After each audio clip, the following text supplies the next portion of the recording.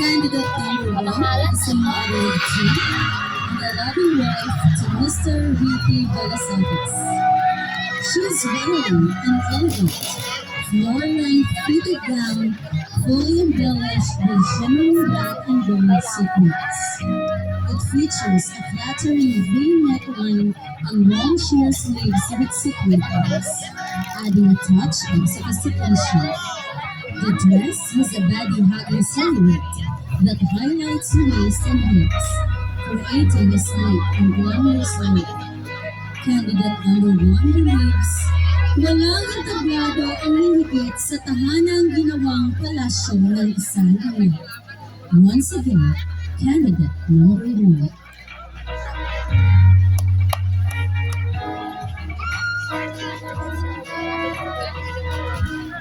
Papa, may nagpista ibig sing sa dalagas, Yan ang pamilya. Candidate number Go, two. Richard! Candidate number two is a mother of seven, a loving and caring wife to Mr. Douglas Astil Davis. Baskaw po She ito is ng wearing lang a eh, baskaw stunning dito yan. Amon pink boy, amon boy.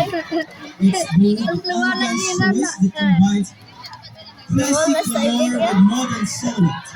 The gown is heavily adorned with gold sequins and embroidery in a decorative Art Deco inspired pattern, featuring swirling whip and vine motif that create a luxurious texture. A unique feature of this dress is the attached long cape in a much nude gold mesh. It flows from shoulder to floor, adding a dramatic regal flair. Candidate number two believes that bongga ang nanay na gumagabay, inspirasyon ng anak at tatay.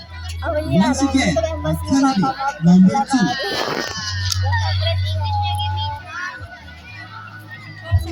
Candidate number three. Sige ka mo! Candidate number three is a mother of seven, a loving and supportive. Her gown is a bold celebration of confidence, femininity, and glamour. The silhouette is a sleek figure having mermaid cut that gracefully follows the curves and the body. It's a soft flare at the hair. It's vibrant pink fabric, embellished with fine shimmering details. What truly makes this gown unforgettable are the oversized, voluminous puff sleeves in a deeper, glossy hot pink. Wow! Katabi ako They bloom dramatically from the shoulders like sculpted petals. The contrast between the sleek body and the extravagant sleeves creates a stunning balance of sophistication and theatrical glamour. Candidate number three believes, ang Iloy makapoy man pero para sa kabataan, himuon ang tanan.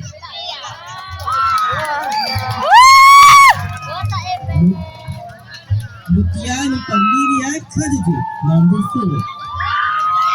Candidate number four is a mother of three and a loving wife to Mr. Michael Borromeo. She wears, or this gown is masterclass in exterior blue, bleeding the purity of crisp, white, sharp, reflective edge of liquid silver. It feels less like a dress and more like something spun from moonlight and starlight. Candidate number four believes that what is the use of beauty if the brain is empty?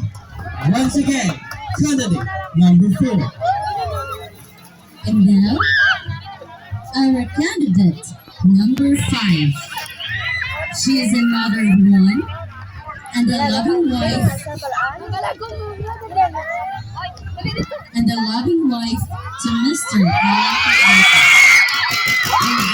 Features a sophisticated mermaid silhouette that beautifully hugs the figure before flaring slightly at the head. The dress is adorned with intricate Art Deco-inspired silver sequins, creating a bold, swirling pattern that contrasts sharply against the black fabric. A striking design element is the off-shoulder neckline, which is found in long, floor-sweeping black chiffon capes attached to the sleeves for a dramatic flair. Candidate number 5 believes, ang tatag ng isang ina ay parang tibag. Hindi mo malalaman kung gaano siya katapang hindi ko siya nalulugod sa mainit na tubig. Once again, candidate number 5.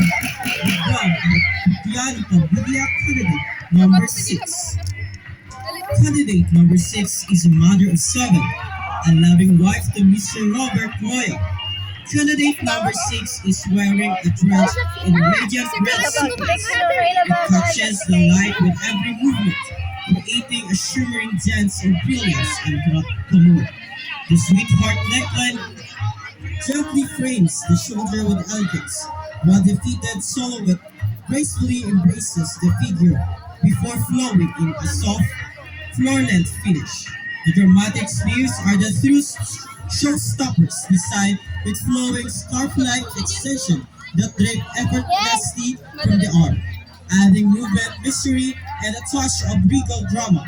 Candidate number 6 believes ang tunay na mutya sa asa nakikita, hindi lang sa ganda. Once again, our candidate number 6.